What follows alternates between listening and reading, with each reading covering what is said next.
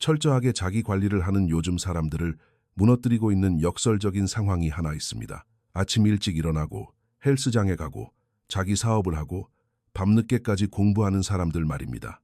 모든 것을 올바르게 하고 있음에도 불구하고 스스로를 파괴하고 있는 사람들.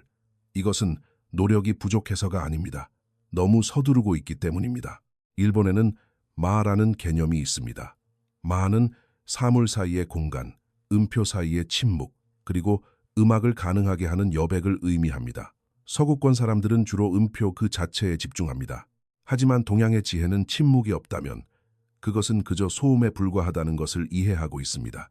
어쩌면 지금 여러분의 삶도 그저 소음에 불과할지도 모릅니다. 30일 만에 몸이 바뀌기를 원하고 6개월 만에 회사가 3배로 성장하기를 바라며 연인과의 관계가 당장 완벽해지기를 원합니다. 아니면 빠르고 쉽게 부자가 되고 싶어 할 수도 있겠죠. 하지만 이러한 조급함은 여러분을 가속시키는 것이 아니라 오히려 마비시키고 있습니다. 도교 철학자들에게는 다소 터무니없게 들릴 수 있는 말이 하나 있습니다. 천천히 서둘러라. 어떤 문헌에 따르면 이 말은 사실 라틴어에서 유래한 속담이라고도 합니다. 하지만 이 문구의 이면에 있는 개념은 과도하게 애쓰지 않는 행동을 가치 있게 여기고 우리가 올바른 방향으로 움직이고 있다면 자연스럽게 일은 이루어진다는 평온함을 강조하는 도교 사상과 완벽하게 일치합니다. 그럼에도 이 말을 들으면 모순처럼 느껴질 것입니다. 그것은 여러분이 아직 자신이 어떤 게임을 하고 있는지 제대로 이해하지 못했기 때문입니다. 오늘 여러분은 매튜의 이야기를 듣게 될 것입니다. 올바른 궤도에 있었지만 잘못된 방향으로 달려가고 있던 한 남자의 이야기, 그리고 동양 철학을 공부한 한 심리학자가 대다수의 사람들이 성공에 대해 믿고 있는 것과는 정반대의 가르침으로 어떻게 그의 삶을 구했는지에 대한 이야기입니다. 이 이야기는 이미 무언가를 이뤄가고 있으면서도 더 빨리 속도를 내고 싶어 불안해하는 사람들, 그리고 아직 아무것도 이루지 못했지만 2달 안에 인생을 바꾸고 싶어하는 사람들 모두에게 적용됩니다. 처한 상황은 다르지만 그 이면에 있는 논리는 동일하기 때문입니다. 본격적인 영상에 들어가기 전에 이 채널에 처음 오셨다면 구독과 좋아요를 부탁드립니다. 그리고 여러분의 삶에서 빠른 결과를 원해 가장 큰 불안을 느끼는 영역은 무엇인가요? 몸무게, 돈, 커리어, 인간관계 등 편안하게 댓글로 남겨주세요. 자, 그럼 영상으로 들어가 보겠습니다. 첫 번째 장, 모든 것을 가졌지만 동시에 아무것도 가지지 못했던 남자. 매튜는 28살이었고 무언가를 만들어가고 있었습니다. 3명의 파트너와 함께 IT 스타트업을 운영하며 매월 $10,000의 수익을 내고 있었고 매달 15%씩 성장하고 있었습니다. 그는 오전 5시에 일어나 5시 30분에 헬스장에 가고 7시에 출근해 밤 8시까지 일했습니다. 아름다운 여자친구와 데이트를 하고 번듯한 아파트에 살며 매우 체계적인 삶을 살고 있었습니다. 밖에서 그를 보는 사람이라면 누구나 나도 저 사람처럼 살고 싶다고 생각했을 것입니다. 하지만 그의 내면은 어땠을까요? 매튜는 무너져 내리고 있었습니다. 매일 아침 헬스장에서 거울을 볼 때마다 그는 3개월 전과 똑같은 몸을 마주했습니다. 체지방률도 그대로, 근육의 선명도도 그대로였습니다. 열심히 운동하고 식단도 지켰지만 거울 속 모습은 변하지 않았습니다. 그리고 그것이 그의 속을 갉아먹고 있었습니다. 직장에서의 성과 회의는 매번 고문과도 같았습니다. 15% 성장, 30%는 되어야지, 수익이 $10,000라고? 경쟁사들은 벌써 $50,000를 벌고 있는데 그는 6개월 만에 폭발적으로 성장하는 스타트업들이나 1년 만에 백만장자가 된 인플루언서들을 보았습니다. 왜 나만 이렇게 오래 걸리는 걸까? 밤에 집에 돌아오면 여자친구 에밀리가 오늘 하루가 어땠는지 묻곤 했습니다. 그러면 그는 폭발해버렸습니다. 오늘도 아무것도 이룬 게 없는 하루였어. 회사 성장은 너무 느리고 내 몸은 변하지도 않아. 모래 위를 달리는 기분이야. 에밀리는 그를 진정시키려 애썼습니다. 매튜, 당신은 성장하고 있어. 작년에 당신이 어디 있었는지 생각해봐. 작년이 무슨 상관이야, 에밀리. 중요한 건 내가 지금 어디에 있어야 하는가라고. 그는 스스로 깨닫지 못했지만 파괴적인 패턴을 만들어내고 있었습니다. 하루에도 셀 수 없이 여러 번 회사의 지표를 확인했습니다. 화요일쯤 되면 자신이 과장하고 있는 건지 확인하려, 자신이 그렇게 뒤처지지 않았다는 것을 스스로에게 증명하려 애썼습니다. 하지만 상황은 더 나빠졌습니다. 그는 자신이 생각하기에 앞서 나가고 있는 다른 사업가들의 인스타그램을 끊임없이 확인했습니다. 게시물 하나하나가 그의 심장을 찌르는 것 같았습니다. 외제차를 타는 25살 청년, 수십억 원대 매출을 올리는 23살 여성. 그는 그것들을 보며 생각했습니다. 나는 뒤처졌어. 나는 지고 있는 거야. 밤에 침대에 누워도 그의 뇌는 꺼지지 않았습니다. 끊임없이 계산을 해댔습니다. 만약 18개월 동안 매달 15%씩 성장한다면 X에 도달하겠지. 하지만 25%로 끌어올리면 Y에 도달할 거야. 그리고 하루에 3시간씩만 더 일한다면. 새벽 2시, 잠에서 깬 에밀리는 천장을 멍하니 바라보며 가쁜 숨을 몰아쉬고 식은땀을 뻘뻘 흘리는 매튜를 발견했습니다. 매튜, 아직도 안 잔 거야? 아, 잤어. 방금 깬 거야. 일주일 중 벌써 4번째였습니다. 다 괜찮아, 에밀리. 그냥 회사 일 좀 생각하고 있었어. 하지만 모든 것이 괜찮은 것은 아니었고 에밀리도 그걸 알고 있었습니다. 2번째 장, 모든 것을 바꾼 대화. 금요일 밤이었습니다. 매튜가 집에 도착하자 에밀리가 주방 식탁에 앉아 그를 기다리고 있었습니다. 핸드폰도 없고 텔레비전도 켜져 있지 않은 채 그저 기다리고 있었습니다. 그의 위장이 꼬이는 듯 했습니다. 그 침묵은 심각한 대화를 의미했으니까요. 여기 앉아봐, 매튜. 그가 자리에 앉았습니다. 내가 당신 사랑하는 거 알지? 그의 심장이 빠르게 뛰기 시작했습니다. 누군가 사랑한다는 말로 시작할 때 그 다음에 오는 말은 대개 아픈 법이니까요. 나는 당신을 내 아이들의 아빠로 생각하고 당신과의 미래를 꿈꿔. 하지만 당신에게 꼭 해야 할 말이 있어. 그리고 내 말을 정말로 잘 들어줬으면 해. 그녀는 깊은 숨을 내쉬었습니다. 당신 스스로를 죽이고 있다는 거 알아? 육체적으로가 아니라 속으로 말이야. 당신은 몇 달째 제대로 잠도 못 자고 있어. 항상 마음이 미래에 3발짝은 앞서가 있으니까 현재의 그 어떤 것도 즐기지 못하잖아. 저녁을 먹으러 나가서도 회사 지표만 확인하고 영화를 볼 때도 당신이 얼마나 시간을 낭비하고 있는지 계산하고 있잖아. 매튜, 당신의 몸은 여기 있지만 당신은 여기에 없어. 그 말은 사실이었기에 더욱 아프게 찔러왔습니다. 가장 최악인 건 당신이 성공하고 있다는 거야. 회사는 크고 있고 당신은 건강해. 당신의 삶은 잘 흘러가고 있어. 그런데 당신은 그걸 보지 못해. 아직 손에 쥐지 못한 것들만 보고 있잖아. 그리고 그게 당신을 파괴하고 있어. 매튜가 반박하려 했습니다. 에밀리, 나는 이 강도를 유지해야만 해. 내가 긴장을 풀면 성장은 멈춰버려. 이게 원래. 아니, 에밀리가 식탁을 내리쳤습니다. 그녀가 그렇게 목소리를 높이는 것은 처음 보았습니다. 그런 식으로 작동하는 게 아니야. 매튜, 당신은 속도를 내고 있는 게 아니라 멈춰서 있는 거야. 당신의 불안은 당신을 앞으로 나아가게 하는 게 아니라 오히려 당신의 발목을 잡고 있다고. 침묵이 흘렀습니다. 당신한테 하나만 부탁할게. 나를 위해서 꼭 해줘. 전문가의 도움을 받아. 이건 나약한 게 아니야. 당신 자신을 돌보는 일이야. 나는 당신과 함께 미래를 만들고 싶지만 숨조차 제대로 쉬지 못하는 지금의 당신과는 아니야. 매튜는 그녀의 눈을 바라보았고 그의 마음을 무너뜨리는 무언가를 보았습니다.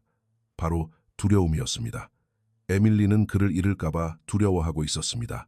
그날 밤 그는 또다시 잠을 이루지 못했습니다. 하지만 이번에는 성장을 계산하고 있지 않았습니다. 그는 자신의 삶을 돌아보고 있었고 마침내 에밀리가 본 것을 보게 되었습니다. 너무 빨리 달리느라 오히려 뒤처지고 있는 한 남자의 모습을요. 3번째 장, 심리학자 같지 않았던 심리학자. 월요일 오후 2시, 매튜는 대기실에 앉아 있었습니다. 에밀리가 심리학자를 찾아주었습니다. 미국에 거주하는 일본계 이민 2세인 켄지 타나카 박사였습니다. 그는 임상 심리학을 전공했지만 선불교 철학에도 조예가 깊은 사람이었습니다. 문이 열렸을 때 매튜는 정장을 입고 수첩을 든 전형적인 의사의 모습을 예상했습니다. 하지만 그가 본 것은 달랐습니다. 타나카 박사는 50살쯤 되어 보였고 희끗희끗한 머리에 소박한 셔츠와 청바지를 입고 있었습니다. 방에는 흔한 학위증 하나 걸려있지 않았지만 테이블 위에는 분재 화분이 놓여 있었고 벽에는 검은색 원이 손으로 그려진 그림이 걸려 있었습니다. 매튜 씨, 만나서 반갑습니다. 두 사람은 자리에 앉았습니다. 타나카 박사는 수첩을 집어들지 않았습니다. 그저 가만히 침묵 속에서 그를 바라보았습니다. 10초, 20초, 30초. 매튜는 불편함을 느끼기 시작했습니다. 그러니까 당신은 달리고 있군요. 매튜가 눈을 깜빡였습니다. 네?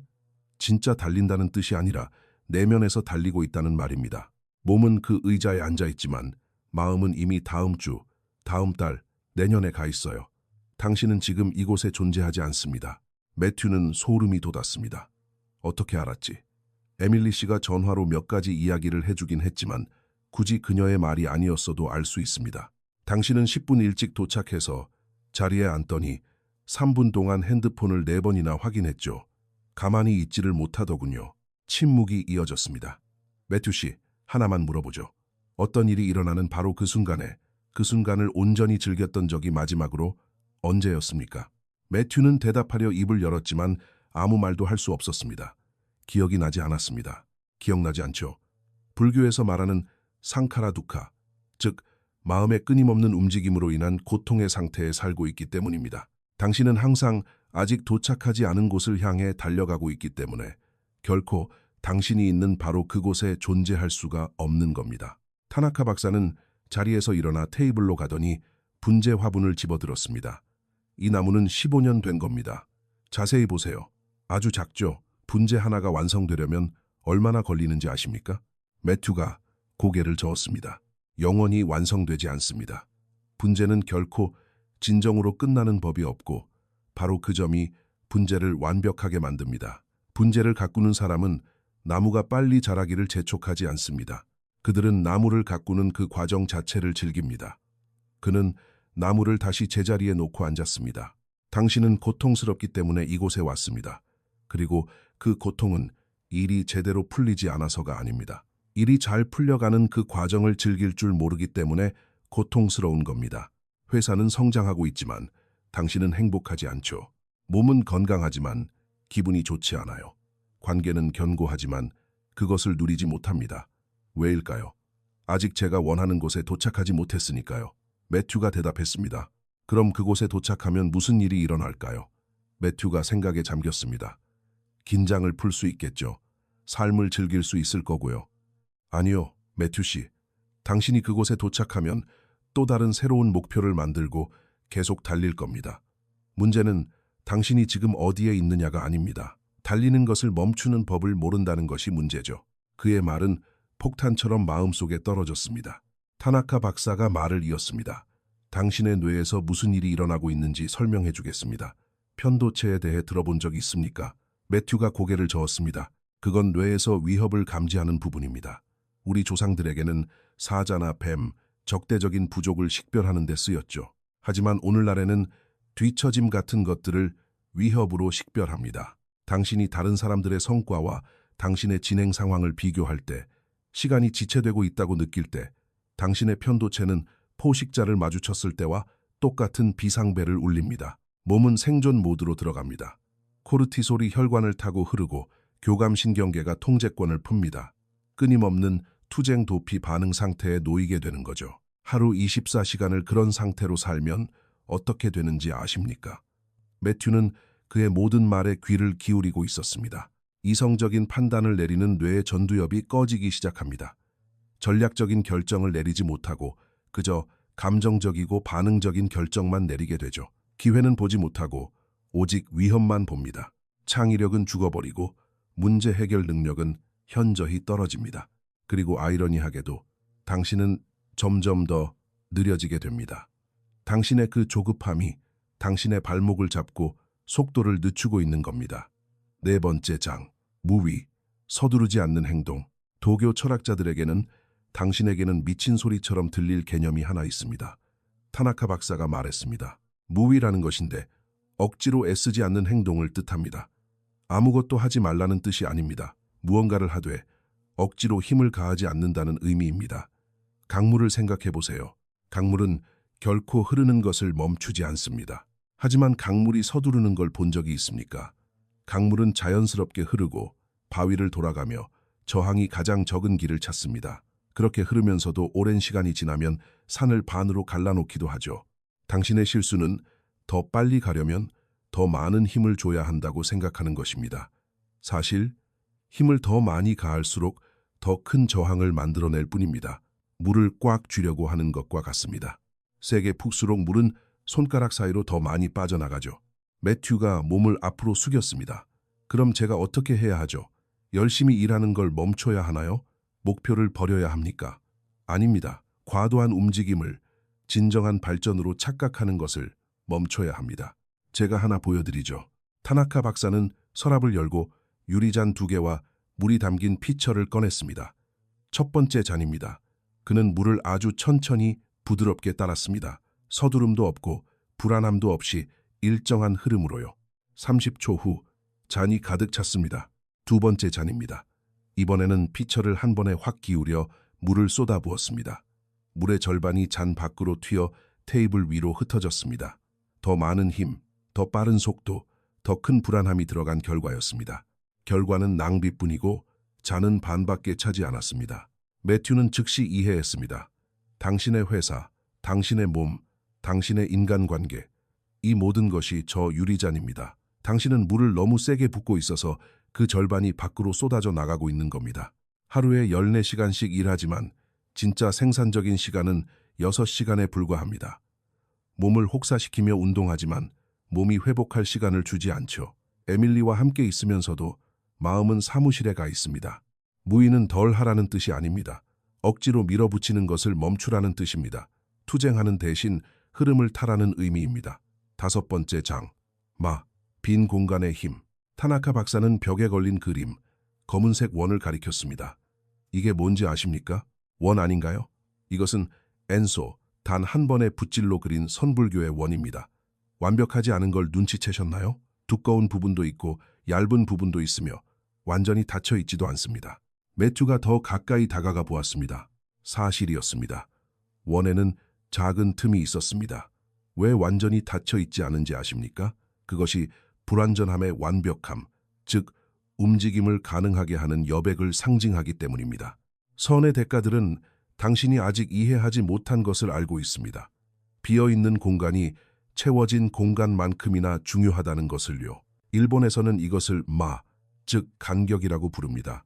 음표 사이의 침묵, 숨결 사이의 일시정지, 단어 사이의 공간.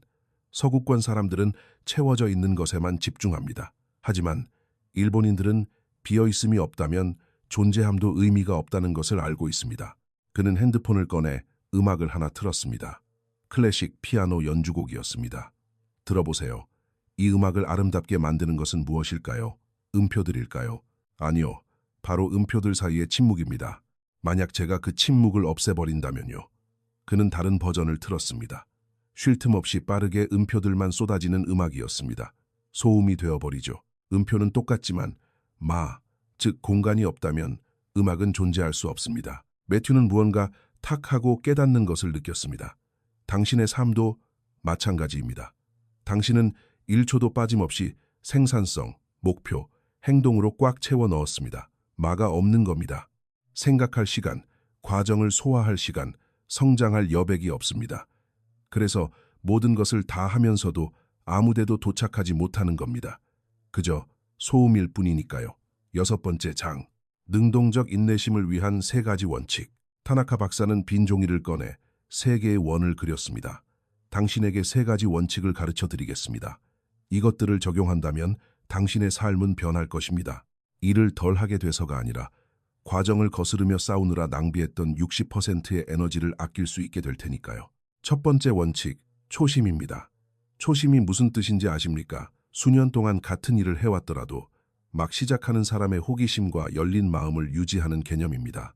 매튜 씨, 당신의 문제는 너무 빨리 전문가가 되고 싶어 한다는 겁니다. 6개월 만에 사업을 마스터하고 싶고 3개월 만에 완벽한 몸을 만들고 싶어 하며 당장 완벽한 남자친구가 되기를 원하죠. 하지만 진정한 경지는 그런 식으로 얻어지지 않습니다. 40년을 훈련한 무술의 대가도 여전히 자신을 학생이라고 부릅니다. 배워야 할 것이 늘 더 있다는 것을 알기 때문입니다. 이러한 마음가짐, 즉 자기 자신의 발전을 향한 인내심이야말로 진정한 성장을 가능하게 합니다.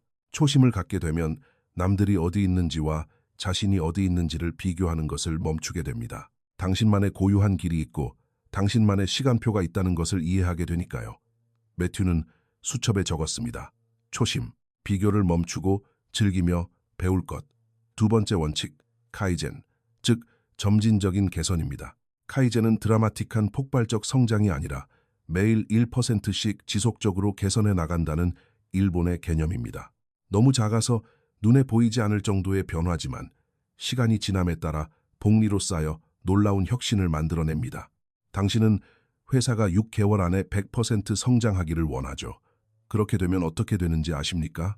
불가능한 기대치를 만들고 좌절하고 팀원들을 지치게 만들고 절박한 마음에 잘못된 결정을 내리며 아이러니하게도 더 적게 성장하게 됩니다. 이제 일주일에 1%씩 성장하는 것을 받아들인다고 상상해 보세요. 아주 작아 보이죠? 하지만 일주일에 1%씩 1년이 모이면 67%의 성장이 됩니다. 그리고 가장 좋은 점은 그것이 지속 가능하다는 겁니다. 당신의 팀도 지치지 않고 당신도 번아웃에 빠지지 않습니다.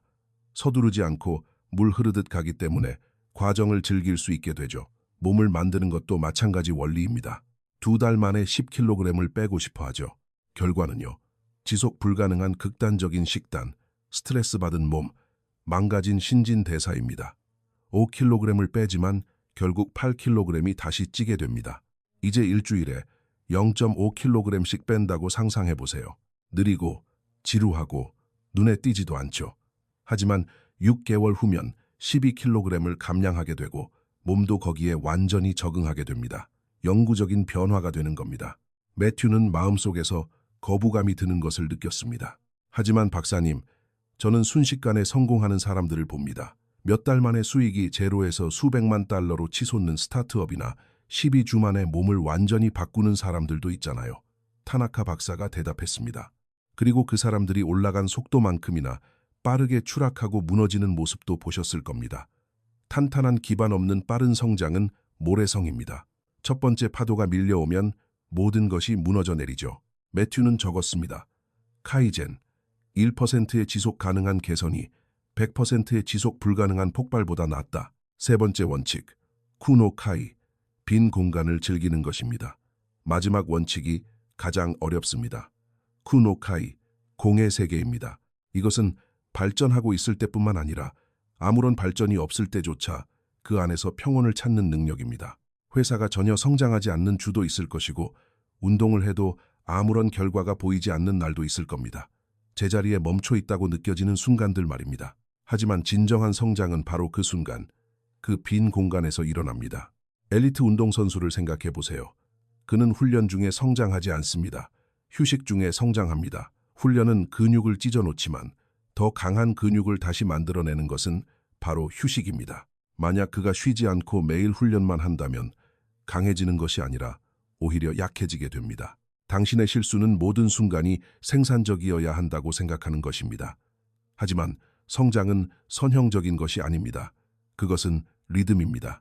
팽창과 수축, 행동과 휴식, 전진과 통합의 과정이죠. 빈 공간을 즐기는 법을 배우게 되면, 즉 아무 일도 일어나지 않는 것처럼 보이는 순간들을 받아들이게 되면 당신은 더 이상 당황하지 않게 됩니다. 그리고 아이러니하게도 그 아무것도 아닌 순간들이야말로 당신의 무의식이 정보를 처리하고 통합하며 다음 도약을 준비하는 때입니다. 매튜는 적었습니다. 쿠노카이, 성장은 행동할 때만이 아니라 휴식할 때 일어난다. 타나카 박사가 그를 지그시 바라보았습니다. 매튜 씨, 이 세 가지 원칙이 모여 제가 능동적 인내심이라고 부르는 것을 만들어냅니다. 그저 가만히 앉아서 일이 일어나기를 기다리는 수동적인 인내심이 아닙니다. 절망하지 않고 일관되게 행동하는 것, 불안해하지 않으면서 열심히 일하는 것, 목표는 가지되 결과에 병적으로 집착하지 않는 것을 말합니다. 그렇게 움직일 때 마법 같은 일이 일어납니다. 불안감의 에너지를 낭비하는 것을 멈추고 그 100%의 에너지를 진짜 일하는 데 쓰게 되니까요. 속도를 늦춤으로써 당신은 더 빨라지는 겁니다. 7번째 장, 정신을 재교육하는 30일. 매튜는 세 가지 과제를 안고 진료실을 나섰습니다. 과제 1, 현재에 머무는 의식, 매일 5분. 매일 아침 눈을 뜨자마자 침묵 속에서 5분 동안 앉아 있으세요. 가이드 명상도 특별한 호흡법도 아닙니다. 그저 가만히 앉아 아무것도 하지 마세요.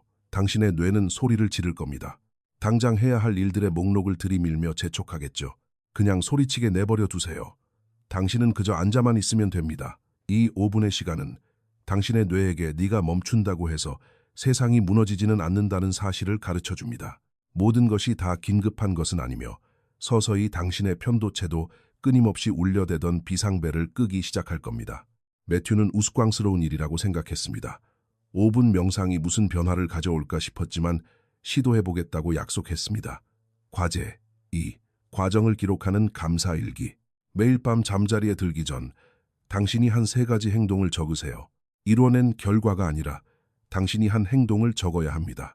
회사가 2% 성장했다라고 적는 것이 아니라 오늘 집중해서 6시간을 일했다라고 적으세요. 0.5kg이 빠졌다가 아니라 피곤했지만 헬스장에 다녀왔다라고 적으세요. 이것은 뇌가 결과만이 아니라 과정 자체를 가치 있게 여기도록 훈련시킵니다. 과정을 소중히 여기게 되면 기분을 좋게 만들기 위해 즉각적인 결과가 필요하지 않게 됩니다. 해야 할 일을 해냈다는 것만으로도 이미 당신은 충분히 잘하고 있는 것이니까요. 과제 3. 48시간 규칙, 비교 중독 해독하기. 앞으로 30일 동안 인스타그램, 링크드인, 트위터, 그리고 남들과 자신을 비교하게 만드는 모든 소셜미디어를 지우세요. 영원히 지우라는 게 아닙니다. 해독을 돕기 위해 딱 30일만 지우는 겁니다. 매튜는 당황했습니다. 하지만 저는 회사 홍보를 위해 그런 네트워크를 써야. 아닙니다, 매튜. 당신은 스스로를 고문하기 위해 그 네트워크를 쓰고 있는 겁니다. 앞으로 30일 동안 당신은 인터넷에 떠도는 낯선 사람들의 기준이 아닌 당신 자신만의 기준으로 스스로의 성장을 측정하는 법을 배우게 될 겁니다. 매튜는 의심을 품은 채 진료실을 나섰습니다. 가만히 5분 앉아있기, 감사일기 쓰기. 흔해 빠진 싸구려 자기계발서의 조언처럼 들렸지만 에밀리가 부탁했기에 시도해보기로 했습니다.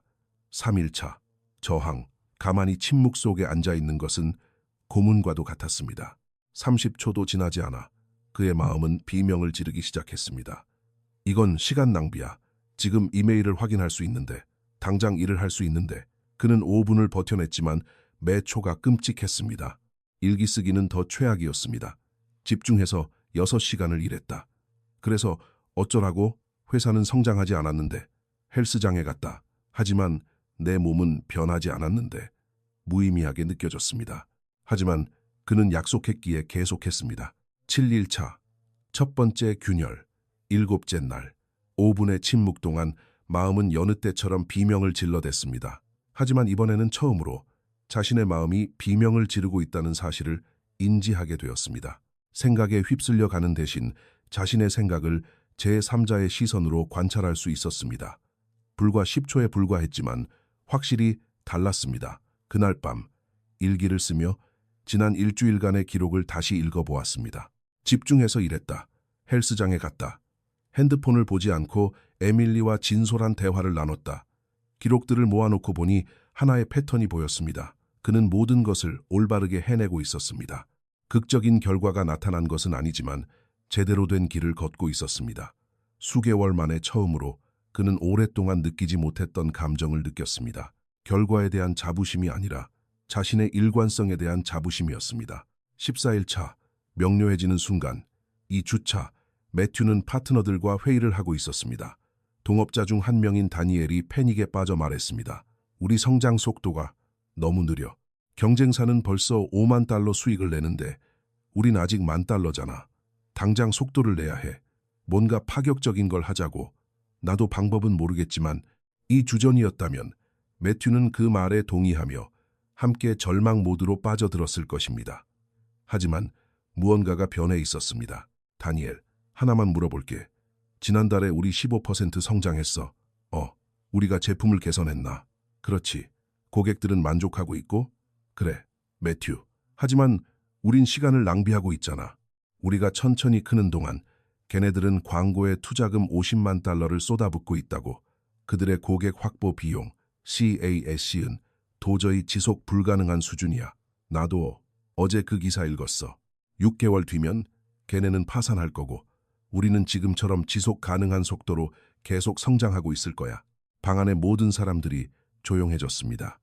매튜가 말을 이었습니다. 나는 지난 몇 달 동안 우리가 빨리 크지 못해서 미칠 지경이었어. 그래서 어떻게 됐는지 알아? 우리 모두를 번아웃 시킬 뻔했지. 단지 서두른다는 이유만으로 멍청한 결정을 내릴 뻔했어. 우리는 뒤처지고 있는 게 아니야, 다니엘. 우리는 올바른 길을 가고 있어. 그 말을 하는 순간 그는 이상한 감정을 느꼈습니다. 그 스스로가 그 말을 믿고 있었던 것입니다. 자신감 있는 척 연기를 한 게 아니라 진심으로 그렇게 믿고 있었습니다. 20일, 1차, 몸의 변화. 3주째. 매튜는 한 달 만에 처음으로 체중계에 올라갔습니다. 2kg이 빠져 있었습니다. 한 달 전이었다면 그는 분노했을 겁니다. 고작 2kg? 한 달 내내 고생했는데 겨우 이거야? 하지만 지금은 생각이 달랐습니다. 불안감 없이 2kg을 뺐어. 미친 다이어트 없이 지속 가능한 방식으로 2kg을 뺐잖아. 그리고 가장 중요한 것은 그가 과정을 즐기고 있다는 점이었습니다. 결과를 눈으로 봐서가 아니라 운동하는 그 행위 자체의 가치를 배웠기 때문에 운동이 좋아지기 시작했습니다. 처음으로 미래의 결과 때문이 아니라 현재의 즐거움을 위해 무언가를 하고 있었습니다. 어쩌면 여러분도 같은 문제로 고통받고 있을지 모릅니다. 과정을 즐기는 대신 결과가 오기만을 초조하게 기다리며 살아갑니다. 하지만 과정을 즐기는 법을 배우는 것이야말로 일관성을 유지하고 어떤 목표든 이뤄내는 가장 확실한 비밀입니다. 31차, 에밀리와의 대화. 첫 진료 후 한 달이 지났습니다. 매튜는 에밀리와 소파에 누워 시시콜콜한 코미디 영화를 보고 있었습니다. 그리고 그는 진심으로 소리내어 웃고 있었습니다. 완전히 그 순간에 몰입한 채로요. 영화를 보던 에밀리가 그를 쳐다보며 말했습니다. 당신 달라졌어. 어떻게 다른데? 당신은 지금 여기에 있어. 진짜 여기에. 회사 생각에 빠져 있지도 않고 속으로 뭔가를 계산하고 있지도 않고 그냥 나와 함께 바로 여기에 있잖아. 매튜는 그것이 사실임을 깨달았습니다. 몇 달 만에 처음으로 그는 핸드폰을 확인하지 않고 딴 생각에 빠지지도 않으며 불안감에 속이 타들어가지도 않은 채 영화를 보고 있었습니다. 이제 이해가 되는 것 같아. 그가 말했습니다. 뭘? 인생은 경주가 아니라 강물이라는 걸. 에밀리가 미소 지으며 그의 어깨에 머리를 기댔습니다. 당신이 해낼 줄 알았어. 인내의 신경과학. 다음 진료 때 매튜는 확연히 달라져 있었습니다. 더 차분하고 더 현재에 집중하는 모습이었습니다. 타나카 박사는 그것을 즉각적으로 알아챘습니다. 조금 작아진 것 같군요, 매튜 씨. 최고 말입니다. 몸의 긴장이 풀렸고 어깨가 내려갔으며 턱의 긴장도 풀렸습니다. 항상 방어 태세를 취하고 있지 않기 때문에 말 그대로 공간을 덜 차지하게 된 거죠. 지난 한 달 동안 당신의 뇌에서 무슨 일이 일어났는지 설명해 주겠습니다. 타나카 박사는 종이에 뇌의 모습을 그렸습니다. 만성적인 불안 속에 살면 몸은 코르티솔과 아드레날린을 쉬지 않고 분비합니다. 이 호르몬들은 응급 상황에서는 유용하지만 지속적으로 분비되면 파괴적입니다. 기억과 학습을 담당하는 뇌의 해마를 말 그대로 쪼그라뜨려 버리죠. 동시에 공포의 중심인 편도체는 과도하게 활성화됩니다. 모든 것을 위협으로 보게 되는 겁니다. 느린 성장은 위협, 빨리 변하지 않는 몸도 위협, 더 빨리 크는 경쟁사도 위협, 그리고 가장 최악인 것은 전략적인 결정을 내리는 이성적인 뇌, 즉 전두엽의 기능이 꺼져버린다는 겁니다. 불안할 때 인간은 문자 그대로 더 멍청해집니다. 매튜는 모든 말을 스펀지처럼 흡수하고 있었습니다. 그런데 지난 30일 동안 당신은 스스로를 위해 혁명적인 일을 해냈습니다. 당황하지 않아도 위험하지 않으며 침착하면서도 여전히 생산적일 수 있다는 것을 당신의 뇌에게 가르친 겁니다. 매일 침묵 속에 앉아있던 그 5분 동안 당신은 휴식과 소화를 담당하는 부교감 신경계를 훈련시킨 겁니다. 매일 몸에게 신호를 보낸 거죠. 모든 것이 괜찮다. 비상 상황은 없다고요. 과정을 기록한 감사일기. 그것은 당신의 보상 시스템을 되살려냈습니다. 전에는 결과를 얻었을 때만 기분이 좋았죠. 하지만 이제는 행동을 할 때 기분이 좋아집니다. 목표를 달성했을 때만이 아니라 현재 이 순간에도 도파민이 분비되게 만든 겁니다. 당신의 뇌가 결과가 아닌 과정 자체에 중독되도록 만든 거죠. 그리고 소셜미디어를 지움으로써 코르티솔의 공급원을 차단했습니다. 누군가 당신보다 앞서 나가는 것을 볼 때마다 당신의 뇌는 경보를 울렸으니까요. 비교 대상이 사라지자 편도체가 진정되기 시작했습니다. 그 결과 당신의 해마가 다시 커지기 시작했고 편도체는 줄어들었으며 전두엽의 기능이 다시 켜졌습니다. 당신은 이제 말 그대로 이전과는 완전히 다른 뇌를 갖게 된 겁니다. 매튜는 자신의 두 손을 내려다보았습니다. 사실이었습니다. 그는 자신이 달라졌음을 느꼈습니다. 그리고 가장 미친 사실이 뭔지 아십니까, 매튜 씨?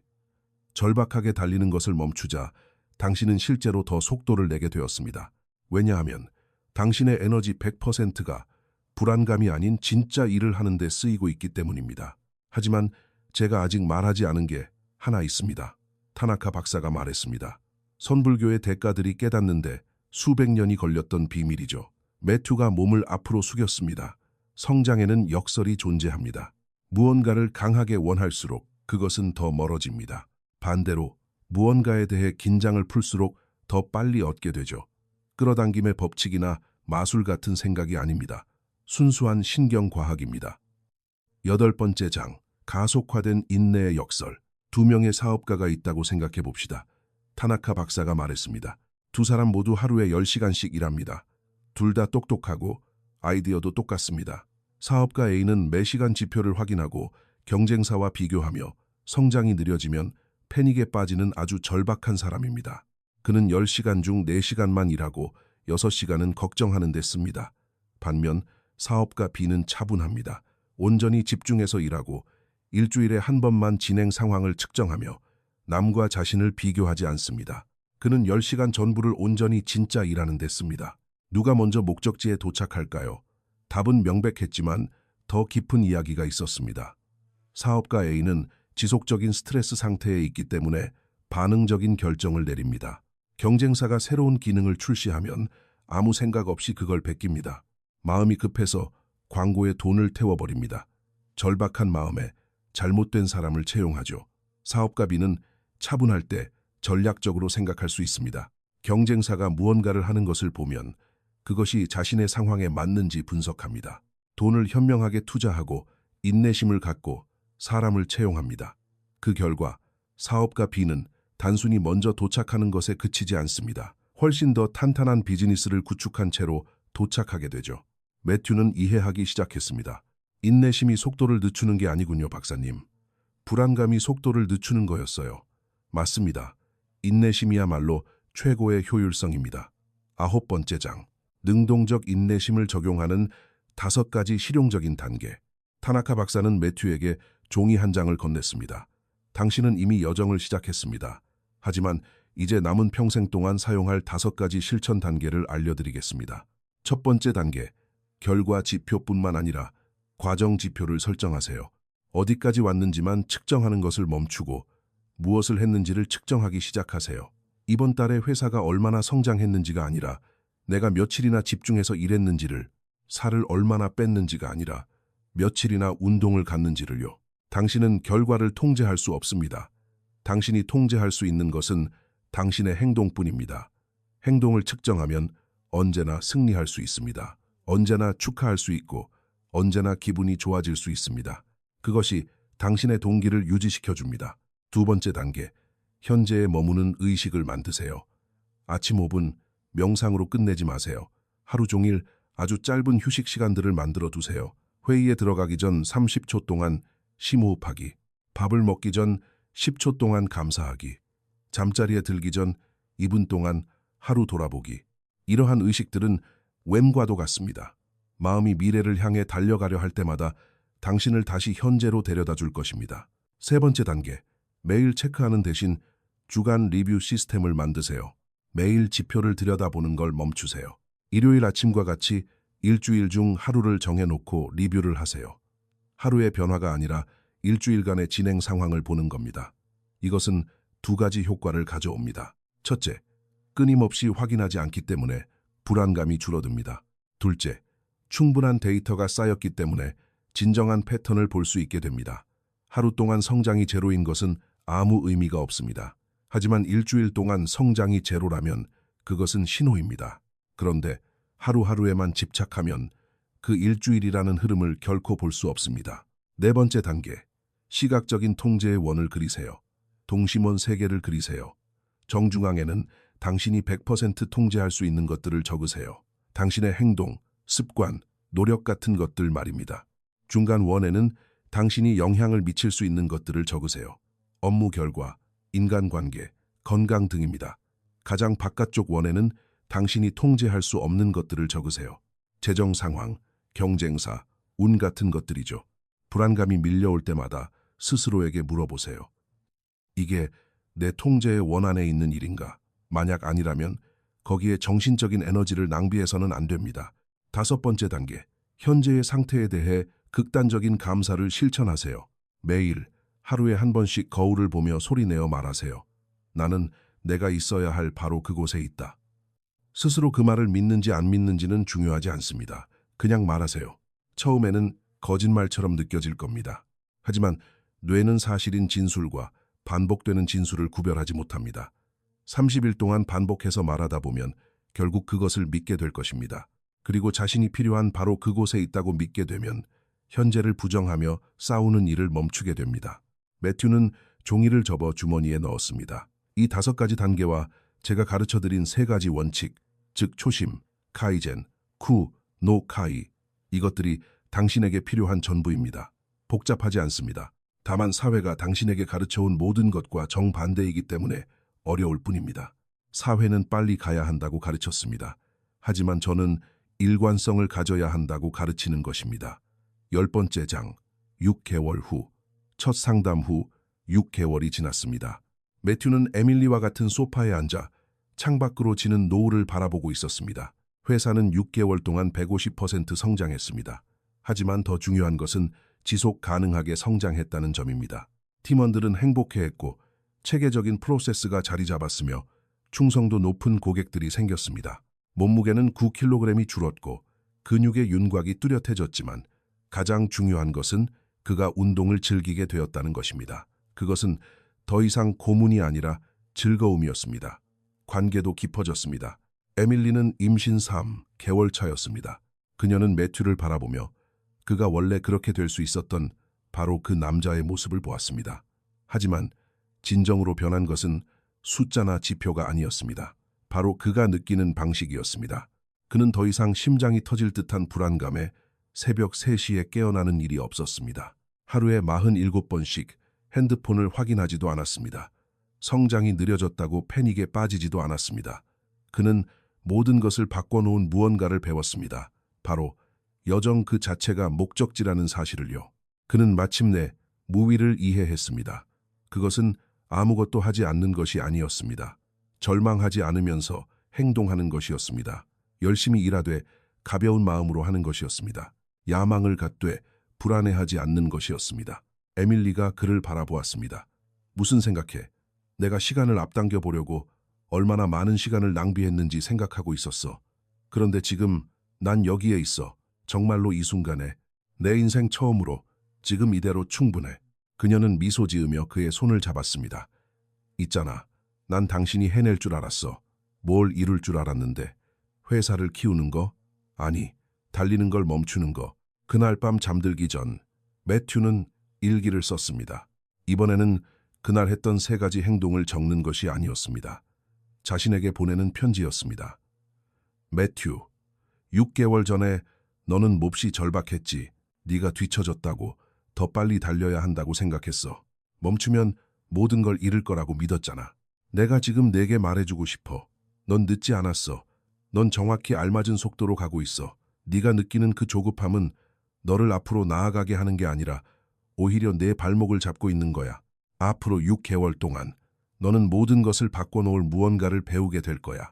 강물이 바다에 닿는 이유는 서둘러 달려가서가 아니라 단 한 번도 흐르는 것을 멈추지 않았기 때문이라는 걸 배우게 될 거야. 애쓰지 않는 행동인 무위를 배울 것이고 여백의 힘인 말을 알게 될 거야. 배우는 과정 자체를 즐기는 초심을 배울 것이고 하루 만에 100%가 아니라 매일 1%씩 나아지는 카이젠을 배울 거야. 그리고 비어있는 시간 속에서 평온을 찾는 쿠노카이를 배우게 될 거야. 이 모든 것을 배우고 났을 때 너는 뒤를 돌아보며 깊이 감사하게 될 거야. 네가 이뤄낸 결과들 때문이 아니라 마침내 그 여정을 즐기는 법을 배웠기 때문에. 너의 조급함이 너의 삶을 망치고 있었어. 하지만 너의 인내심이 너의 삶을 다시 일으켜 세울 거야. 사랑을 담아 달리기를 멈춘 매튜가 건강한 야망과 파괴적인 불안 사이에는 미세한 경계선이 있습니다. 야망은 당신을 앞으로 나아가게 하지만 불안은 당신의 발목을 잡습니다. 야망은 당신을 열심히 일하게 하지만 불안은 당신을 절망적으로 일하게 만듭니다. 야망은 당신에게 에너지를 주지만 불안은 당신의 에너지를 고갈시킵니다. 그리고 이 둘의 차이는 당신이 무엇을 하느냐가 아니라 그것을 하는 동안 당신이 어떻게 느끼느냐에 있습니다. 매튜는 성공과 평화 중 하나를 선택할 필요가 없다는 것을 깨달았습니다. 그는 둘 다 가질 수 있었습니다. 단, 성공을 향해 미친 듯이 달려가는 것을 멈추고 걷기 시작했을 때만 가능했습니다. 속도를 늦추자 결과는 오히려 더 빨리 찾아왔습니다. 서두르지 않자 몸이 변했습니다. 억지로 밀어붙이지 않자 회사가 성장했습니다. 일을 덜 해서가 아니라 불안감에 에너지를 낭비하는 것을 멈췄기 때문입니다. 그의 조급함은 삶을 망치고 있었습니다. 조급함은 속도가 아니니까요. 조급함은 생산성으로 위장한 두려움일 뿐입니다. 조급함을 능동적인 인내심으로 바꿀 때 절망감 없이 열심히 일하고 병적인 집착 없이 목표를 향해 나아가며 불안감 없이 꿈을 꿀 때 마법 같은 일이 일어납니다. 속도를 늦춤으로써 당신은 더 빨라집니다. 달리기를 멈춤으로써 당신은 더 멀리 갑니다. 덜 갈망함으로써 더 많은 것을 성취하게 됩니다. 이것이 바로 인내의 역설이며 진정으로 성장할 수 있는 유일한 방법입니다. 이제 질문 하나가 남습니다. 당신은 진정으로 속도를 내기 위해 지금 속도를 늦출 준비가 되셨습니까? 인생은 100m 단거리 달리기가 아닙니다. 마라톤입니다. 마라톤 선수는 전속력으로 달리지 않습니다. 그들은 자신의 페이스를 유지합니다. 계속 무작정 달리다가 중간에 쓰러질 수도 있습니다. 아니면 당신만의 리듬을 찾고 무사히 결승선을 통과할 수도 있죠. 하지만 기억하세요. 강물은 결코 서두르지 않습니다. 그럼에도 강물은 언제나 바다에 닿습니다. 이 영상이 조급함, 불안, 인내심의 개념을 이해하는 데 도움이 되셨다면 여러분의 삶에서 가장 속도를 늦춰야 할 영역은 어디인지 댓글로 알려주세요. 일, 몸, 인간관계, 아니면 돈인가요? 기억하세요. 여러분의 조급함은 삶을 망칠 수 있지만 여러분의 인내심은 삶을 구원할 수 있습니다. 여기까지 시청해 주셔서 진심으로 감사드립니다. 여러분은 가짜 성장이 아닌 진정한 성장을 추구하는 우리 커뮤니티의 소중한 일원입니다. 다음 영상에서 뵙겠습니다. 그리고 기억하세요. 천천히 서두르시기를.